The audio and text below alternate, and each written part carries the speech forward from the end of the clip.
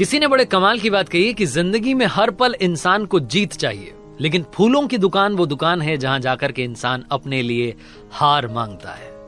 Hi guys, मेरा नाम है आरजे कार्तिक। एक छोटी सी कहानी। ये कहानी 6 साल के सैंडर्स की, जिनका बचपन खास नहीं रहा। सैंडर्स का जन्म हुआ था अमेरिका के इंडियाना के हेनरीविल में। जब 6 साल की एज हुई तो इनके पिता का निधन हो गया। इनके फादर की डेथ के बाद में इनकी माँ ने घर से बाहर निकल करके काम करना शुरू किया। वो एक टमाटर फैक्ट्री में जाकर के काम करती थी। सुबह जाती थी, शाम में आती थी। अब दिन में बच्चों को भूख लगती, खाना कौन बनाता? तो सैंडर्स ने, जो कि अपने भाई बहनों में सबसे बड़े थे, इन्होंने घर में खाना बनाना शुरू किया। इतनी नन्ही मुन्नी एज में छोटा सा बच्चा अपने भाई बहनों के लिए खाना बनाता था। 7th क्लास तक ये सब कुछ करते रहे। स्कूल भी जाते, घर का काम भी करते, खाना भी बनाते। लेकिन फाइनली घर में जिम्मेदारियां इतनी बढ़ चुकी थी छोटे भाई बहनों की, परिवार की, कि इनको स्कूल से ड्रॉप आउट लेना पड़ा। स्कूल छोड़ने के बाद में इन्होंने खेत में जाकर के मजदूरी करना शुरू किया। जब वहां से ज्यादा पैसे नहीं मिलते थे तो हॉर्स कैरेजेस, जो घोड़ा गाड़ी होती है, उसको पेंट करने का काम करना शुरू किया। एज बढ़ती गई। 16 ईयर्स की एज में जो सैंडर्स था, इन्होंने अपने डॉक्यूमेंट्स में गड़बड़ी करके, अपनी एज छुपा करके यूएस की आर्मी में दाखिला ले लिया। वहां जाकर के नौकरी करने लगे, उसे ज्वाइन कर लिया। लेकिन 1 साल के अंदर इनकी गड़बड़ी पकड़ में आ गई और इनको सेना से बाहर कर दिया गया। उसके बाद में रेलवे में जाकर के मजदूर का काम करने लगे। वहां पर एक दिन एक कोवर्कर से झगड़ा हुआ और उसके बाद वहां से भी नौकरी से निकाल दिया गया। लेकिन बंदे ने हार नहीं मानी। सैंडर्स को लगा कि अभी भी मुझे काफी कुछ अचीव करना है। एक यूनिवर्सिटी में जाकर के पढ़ाई करने लगे, लॉ की, एडवोकेट बने। लेकिन एक लीगल केस में फाइट थोड़ी ज्यादा गंदी चली गई और इस चक्कर में अपना लीगल केस और इसी के साथ में जो लीगल करियर था, दोनों तबाह कर लिया। हर तरफ से डिसअपॉइंटेड होने के बाद सैंडर्स अपने होम टाउन वापस अपनी मां के पास गए। वहां जाकर के भी मां से कहा कि मां, हर पल मुझे हार मिल रही है, लेकिन मैं हार नहीं मानूंगा। इंश्योरेंस एजेंट का काम करना शुरू किया। घर घर जाकर के इंश्योरेंस पॉलिसी बेचना शुरू किया। सैंडर्स ये काम कर रहे थे, करियर थोड़ा सा ट्रैक पर आ रहा था। लेकिन एक दिन ऑर्डर फॉलो नहीं किया और इनके बॉस ने इन्हें नौकरी से निकाल दिया। 1920 में सैंडर्स ने एक फेरी बोट बनाने का काम शुरू किया, नाव बनाने की कंपनी शुरू की। उसमें इन्हें इंस्टेंट सक्सेस मिली। वहां से थोड़ा सा पैसा आया तो इनको लगा कि कुछ और बिजनेस करना चाहिए। केमिकल लैंप्स बनाने का इन्होंने काम शुरू किया। ये केमिकल लैंप बना ही रहे थे, उसको अच्छा करना ही चाह रहे थे कि अचानक से एक कंपनी, बड़ी कंपनी, इसी प्रोडक्ट को मार्केट में लेकर के आई और उनके केमिकल लैंप्स बहुत बेहतर क्वालिटी के थे। सैंडर्स को समझ में आ गया कि हम कहीं भी टिकने वाले नहीं है। सैंडर्स ने वो काम भी शुरू करने से पहले ही बंद कर दिया। 40 साल की जब एज हुई सैंडर्स की, तो इन्हें एक फ्यूल स्टेशन पर काम मिला। वहां जाकर के नौकरी करने लगे, थोड़ा बहुत पैसा आने लगा। लेकिन रिसेशन की वजह से वो फ्यूल पंप भी बंद हो गया।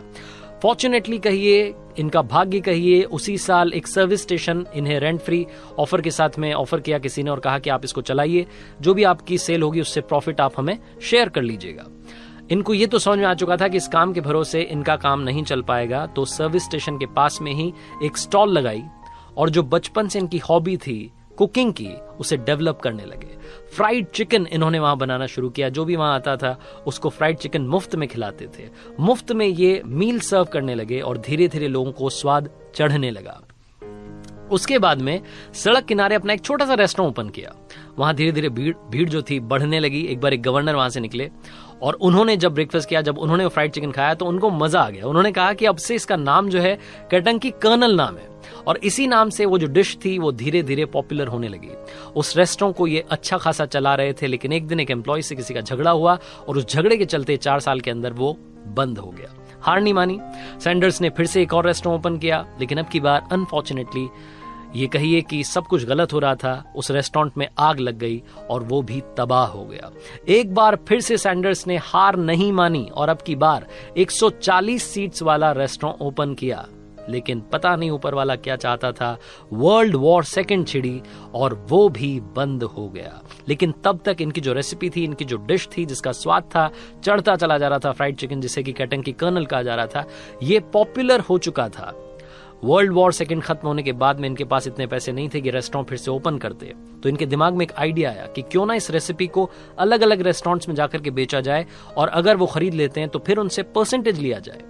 ये बहुत सारे रेस्टोरेंट्स में गए, जाते रहे, लेकिन इन्हें हर बार हार मिल रही थी। किसी ने भी उस रेसिपी को अप्रूव नहीं किया। 1009 टाइम्स, 1009 बार ये रेसिपी रिजेक्ट हुई। समझ में नहीं आ रहा था सैंडर्स को कि होगा क्या। तभी इनके शहर के एक बड़े रेस्टोरेंट ने फाइनली इनकी रेसिपी को अप्रूव किया और केंटकी फ्राइड चिकन पहली बार किसी रेस्टोरेंट में, बड़े रेस्टोरेंट में पहुंच गया। वहां से इन्होंने अपनी चेन को बड़ा करना, एक्सपैंड करना शुरू किया। अलग अलग रेस्टोरेंट्स में विजिट करते थे, सुबह शाम दिन रात इसी काम में लगे रहते थे। इतना भी समय नहीं था कि घर पहुंच पाएं, कार की बैक सीट में ही सो जाया करते थे। और सैंडर्स अपनी जिंदगी के उन संघर्ष के दिनों में अपने ब्रांड को बनाने में लगे हुए थे। 1964 तक KFC की 600 ब्रांचेस ओपन हो चुकी थी, एक कंपनी बन चुकी थी, केंटकी फ्राइड चिकन यानी कि KFC। 1969 में स्टॉक एक्सचेंज, न्यूयॉर्क के स्टॉक एक्सचेंज में ये नाम गूंजने लगा और सैंडर्स जो थे वो धीरे धीरे बहुत बड़े बिजनेसमैन बनते जा रहे थे। कब 600 से 3500 3500 ये ब्रांचेस हो गई, इन्हें खुद मालूम नहीं चला। अलग अलग देशों में ये ब्रांड जो था एक्सपैंड हो रहा था। पहला इंटरनेशनल फास्ट फूड चेन बनी जो कि धीरे धीरे अलग अलग कंट्रीज में एक्सपैंड हो रही थी। यूएस के बाद में UK, कनाडा, मैक्सिको, जमैका, अलग अलग देशों में ये international fast food chain expand होती जा रही थी। 16 दिसंबर 1980, 16 दिसंबर 1980 जब सैंडर्स 90 साल के थे तब उन्होंने आखिरी सांस ली। और ये फैक्ट आपको बता रहा हूं कि उस वक्त जब उन्होंने आखिरी सांस ली, उनकी KFC जो थी दुनिया में 6000 जगहों पर, 6000 ब्रांचेस में पहुंच चुकी थी। 6000 ब्रांचेस KFC की हो चुकी थी। और आज की बात करूं, 2019 तक का डेटा बोलता है कि KFC की 24,000 से ज्यादा आउटलेट्स है। इनका चेहरा हमेशा आप KFC के लोगों पर देखते हैं, फ्रेंच कट दाढ़ी और वो वेस्टर्न टाई लगाए हुए जो अंकल हैं, इन्हीं का नाम है कर्नल हार्लैंड डेविड सैंडर्स, जिनको कि आज हम सलाम करते हैं और धन्यवाद करते हैं। इन्होंने हमें सिखाया कि जिंदगी में बार बार हार मिले तो किस तरीके से जीत का रास्ता तय करना है। कर्नल हार्लैंड डेविड सैंडर्स की कहानी जो आप लोगों को, हम लोगों को एक बहुत बड़ा मैसेज देती है। मुझे काफी सारे दोस्त कहते हैं कि बार बार हार मिल रही है, एक बार फेल नहीं हो रहे हैं, बार बार फेल हो रहे हैं, क्या करें।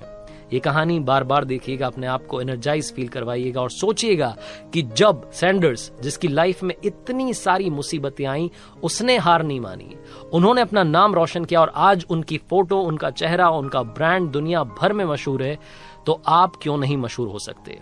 अपने ऊपर यकीन रखिए। अगर हार लगातार मिल रही है तो हमेशा याद रखना, हारोगे नहीं तो सीखोगे कैसे, और सीखोगे नहीं तो जीतोगे कैसे। इसीलिए आरजे कार्तिक कहता है, कर दिखाओ कुछ ऐसा कि दुनिया करना चाहे आपके जैसा। हर सोमवार सुबह 9:30 बजे मेरे YouTube चैनल पर, Instagram हैंडल पर, Facebook पेज पर देखिए एक नई कहानी।